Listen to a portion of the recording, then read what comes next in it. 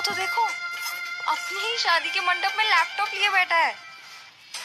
बेंगलुरु शहर के सबसे बड़े होटल स्टारलाइट के बड़े से हॉल में कुछ लोगों की फुसफुसाने की आवाज आ रही थी।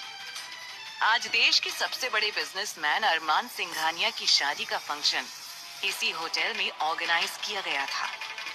शहर और वर्ल्ड के जितने भी वीआईपी लोग थे वो इस वक्त शादी में मौजूद थे। अरमान सिंघानिया शादी के कपड़ों में मंडप में बैठा हुआ अपनी दुल्हन का इंतजार करने के बजाय अपने ऑफिस का काम कर रहा था। अरमान सिंघानिया को देखकर सभी इस बात का अंदाजा अच्छी तरह से लगा रहे थे कि अपनी शादी के दिन भी उसे काम से फुर्सत नहीं थी। वहीं शादी में आए हुए कुछ लोग इसे लेकर गॉसिप कर रहे थे, लेकिन धीमी आवाज में। अरे दूल्हे को तो देखो, अपनी ही शादी के मंडप में लैपटॉप लिए बैठा है। मुझे एक बात समझ में नहीं आ रही है कि अरमान सिंघानिया ने एक मिडिल क्लास लड़की को ही अपनी पत्नी बनाने का फैसला क्यों लिया है, क्योंकि इसके जितना अमीर, डैशिंग, स्मार्ट और हैंडसम पूरे शहर में कोई नहीं है। अगर ये चाहे तो एक से बढ़कर एक अमीर लड़कियां इससे शादी करने के लिए तैयार हैं। तभी दूसरी औरत ने हैरान होकर कहा, अरे मैं तो ये सोच के हैरान हूँ कि अरमान सिंघानिया शादी करने के लिए मान भी कैसे गया। तुम्हें याद नहीं, 1 साल पहले एक मॉडल ने अरमान सिंघानिया को भरी महफिल में प्रपोज कर दिया था और अरमान ने बिना किसी की परवाह किए उसका पूरा करियर, उसकी पूरी जिंदगी बर्बाद कर दी। तभी पंडित जी की आवाज गूंज उठी, जल्द से जल्द दुल्हन को बुलाया जाए। अब दुल्हन को बुलाने वाली बात सुनकर सामने खड़ी हुई एक औरत जल्दी ही 2-3 लड़कियों को लेकर दुल्हन के कमरे की ओर जाने लगी। लेकिन जैसे ही वो दुल्हन वाले कमरे की ओर बढ़ी, दुल्हन के पापा ने तुरंत ही उनका रास्ता रोक लिया और हड़बड़ाते हुए कहने लगे, अरे आप लोग चलिए, मैं अपनी बेटी को लेकर आता हूँ, बस थोड़ी सी तैयारी अभी बाकी है। ऐसा कहकर उन्होंने बात टाल दी और वापस से लड़कियों को नीचे शादी के मंडप की ओर भेज दिया। उन सबसे कुछ दूरी पर खड़ा एक बूढ़ा आदमी बड़ी ही हैरानी से ये सब कुछ नोटिस कर रहा था। वो शख्स कोई और नहीं बल्कि अरमान सिंघानिया के दादाजी आलोक सिंघानिया थे, जिनके कहने पर ही अरमान सिंघानिया ये शादी कर रहा था।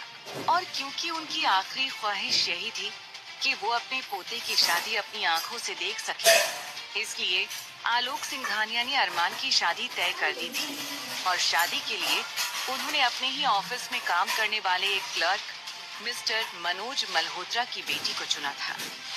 मिस्टर मनोज मल्होत्रा की बेटी का नाम प्रियंका था। प्रियंका को अरमान से मिलाया गया था और उसे बताया गया था कि अरमान की शादी प्रियंका से ही होगी। प्रियंका ज्यादा खूबसूरत नहीं थी, लेकिन वो किसी और से प्यार करती थी। साथ ही साथ उसकी जिंदगी में अपनी कुछ सपने थे। वो जिंदगी अपनी शर्तों पर जीना चाहती थी। लेकिन जितना उसने अरमान के कारनामों के बारे में सुना था, उसके बाद से उसे अरमान से काफी ज्यादा डर लगने लगा था।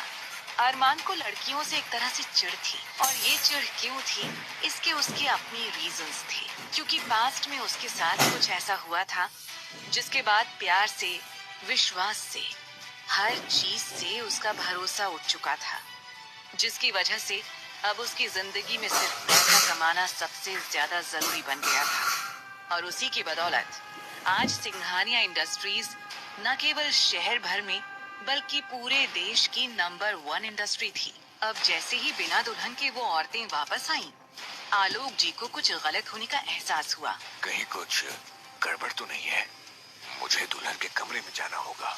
वो बिना कोई हलचल किए उस कमरे की ओर जाने लगे जिस कमरे में प्रियंका यानी कि दुल्हन मौजूद थी। और जैसे ही वो वहां गए, उन्होंने देखा कि कमरे में किसी के रोने की आवाज आ रही थी।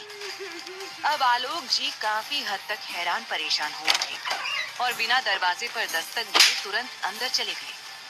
अंदर आकर उन्होंने देखा कि एक बहुत ही खूबसूरत और प्यारी सी लड़की का हाथ मनोज जी यानी कि प्रियंका के पापा ने पकड़ रखा था और साथ ही साथ प्रियंका की माँ उसे मार रही थी।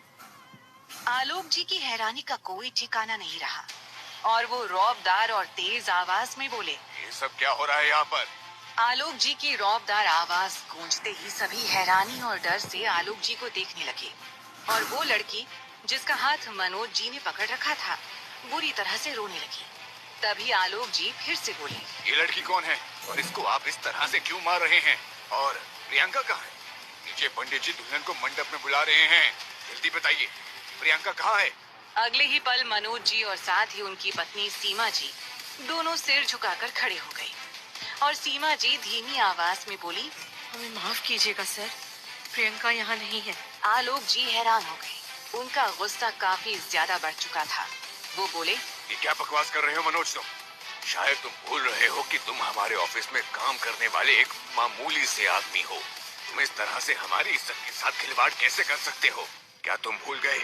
इस वक्त इस शादी में शहर भर के सभी बड़े लोग, सभी बिजनेसमैन मौजूद हैं और तुम अब ये कह रहे हो कि तुम्हारी बेटी यहाँ नहीं है? सच सच बताओ, क्या बात है? अब जैसे ही आलोक जी ने ये कहा, मनोज जी की पत्नी सीमा आगे आई और मासूम सी शक्ल बनाकर रोने का नाटक करते हुए कहने लगी, मैं बताती हूँ सर क्या बात है। आपके इतने बड़े घर में हमारी बेटी की शादी हो रही है। इस बात को लेकर हम काफी ज्यादा खुश थे और इसीलिए हमने गांव से हमारी ननद की सनात बेटी को भी बुला लिया। बहुत समय पहले एक एक्सीडेंट में इसके माता पिता मर गए थे और ये गांव में अपनी नानी यानी कि मेरी सासू माँ के साथ रहती है। तो हमने सोचा कि ये शादी में आएगी तो कुछ फंक्शंस में हाथ बटाएगी और इसने वैसे ही सारे काम भी किए। हल्दी मेहंदी हर एक फंक्शन में इसने बढ़ चढ़कर हिस्सा लिया। लेकिन आज जब हमने इसे प्रियंका को लेने के लिए भेजा तो इसने आकर बताया कि प्रियंका तो यहाँ है ही नहीं, वो तो भाग गई है। हमें पूरा यकीन है कि इसी लड़की ने प्रियंका को भगाया है।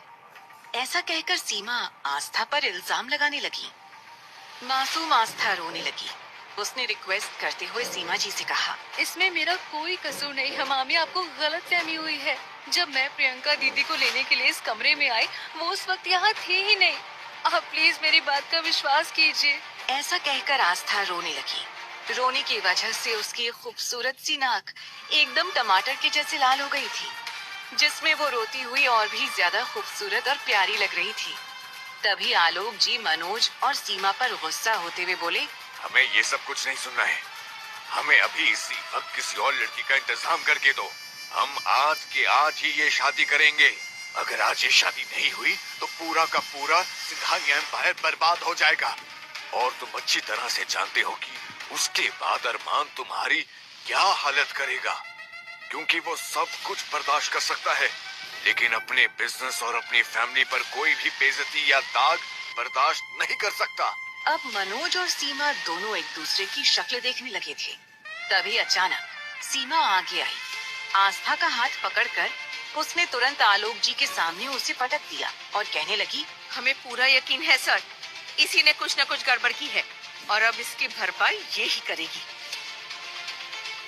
अगर आप कहें तो हम अभी और इसी वक्त इस लड़की को शादी का जोड़ा पहनाकर मंडप में बिठा देंगे। अचानक सीमा जी की बात सुनकर आस्था की हालत खराब हो गई। वो घबराते हुए बोली, मामी जी, आप ये कैसी बातें कर रही हैं? आप मेरी शादी ऐसे कैसे करवा सकती हैं? अभी मेरे सपने हैं, मेरा करियर है, मैं डॉक्टर बनना चाहती हूँ। मुझे अभी जिंदगी में बहुत कुछ करना है और मैंने आपसे कहा ना, मैंने कुछ नहीं किया है। मैं तो गांव से शहर सिर्फ प्रियंका दीदी की शादी अटेंड करने के लिए आई हूँ। मैं उन्हें भगाने के लिए थोड़ी आई हूँ। आपको गलत फहमी हुई है। आलोक जी बड़े ही ध्यान से आस्था की ओर देख रहे थे। असल में आस्था उन्हें पहली नजर में ही भा गई थी, लेकिन अब आस्था की इस तरह की बातें सुनकर वो काफी हद तक थोड़ा सा परेशान भी हो गए थे। वो मन ही मन बोले, क्या ये लड़की अरमान के लिए सही रहेगी? इसके अपने सपने हैं, लेकिन अरमान किसी भी कीमत पर लड़कियों को जॉब करने की बात को मंजूरी नहीं देगा। आस्था के गांव में दूर दूर तक कोई डॉक्टर नहीं था। जब उसके माता पिता के साथ वो हादसा हुआ था और उनकी मौत हो गई, तब से आस्था ने कसम खा ली थी कि उसकी जिंदगी का इकलौता मकसद डॉक्टर बनना ही है। और जिस तरह से उसके माता पिता की मौत हुई थी, वो किसी और की मौत नहीं होने देगी। तो डॉक्टरी करना उसके नस नस में बस चुका था। लेकिन अब अचानक से शादी की बात सुनकर उसके आंसू रुकने का नाम नहीं ले रहे थे। तभी उसकी मामी आगे आई और एक और चांटा उसने आस्था के मुंह पर दे मारा और कहने लगी, ए लड़की, अपनी फालतू की बकवास बंद कर। अगर तूने आज ये शादी नहीं की तो जानती है हम लोग कितनी बुरी तरह से बर्बाद हो जाएंगे। इतना ही नहीं, अरमान सिंघानिया के आदमी हमारी जान ले लेंगे। वो तेरे मामा को गोली मार देंगे। अब तू देख ले तुझे क्या करना है। अगर तू हमारी लाश देखना चाहती है तो बेशक ये शादी मत कर। ऐसा कहकर वो बुरी तरह से आस्था को मजबूर करने लगी। वहीं आस्था के आंसू और ज्यादा बहने लगे। उसे कुछ समझ में नहीं आ रहा था कि वो करे तो क्या करे। लेकिन तभी आलोक जी ने कहा, इस लड़की को शादी के जोड़े में तैयार करो, फटाफट से मंडप पे बैठा दो। आलोक जी ये ऑर्डर देकर वहां से जा चुकी थी। आस्था घुटनों के बल बैठकर बुरी तरह से रोने लगी। तभी अचानक उसके मामा दोनों हाथ जोड़कर आस्था के सामने घुटनों के बल बैठ गए। वो रोते हुए बोले, आस्था बेटा, अगर तुमने आज ये शादी नहीं की तो अरमान सिंघानिया हम सबकी जान ले लेगा। तुम नहीं जानते कि वो उससे भी कितना ज्यादा खतरनाक बन जाता है। उसके लिए जान लेना बहुत मामूली सी बात है। बेटी, हमारी बात मान लो और शादी के लिए हाँ कर दो। ऐसा कहकर वो बड़ी ही बुरी तरह से रोने लगे। अब क्या फैसला लेगी आस्था? क्या वो ऐसे इंसान से शादी करने के लिए राजी हो जाएगी जिसे वो जानती भी नहीं? क्या अरमान के बारे में ऐसी डरावनी बातें सुनकर वो उसके साथ रह पाएगी? और क्या होगा उसके सपनों का?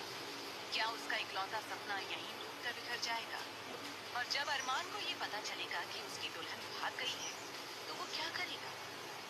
सवाल तो बहुत है, लेकिन इन सब